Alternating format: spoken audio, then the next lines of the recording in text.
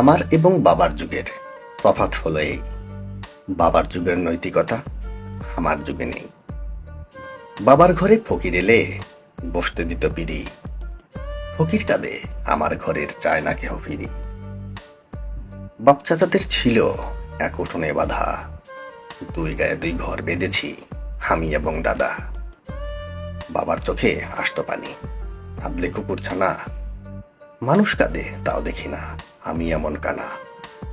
পথে বাবা গাছ লাগাতো, পাইতো পথিক ছায়া, সেই পথিকার পথের প্রতি নেই আমার কোনো মায়া। বাবার দু চোখ ভরতো জলে, কাঁদলে আমার মাথা, সঙ্গী মরে তাও ভেজে না আমার আখির পাতা। বাবার কোলে মাথা রেখে মরলো আমার দাদা, পিতা মাতার নেই না খবর আমি এমন গাধা। বাপ চাচারা খাইলো মিলে যে নলকূপের পানি, সেইটা নিয়ে আমরা ধুয়াই করছি হানাহানি। আগের মানুষ মূর্খ হলেও মানুষ ছিল ভালো, লেখাপড়া থাকলেও আমার মনটা অনেক কালো।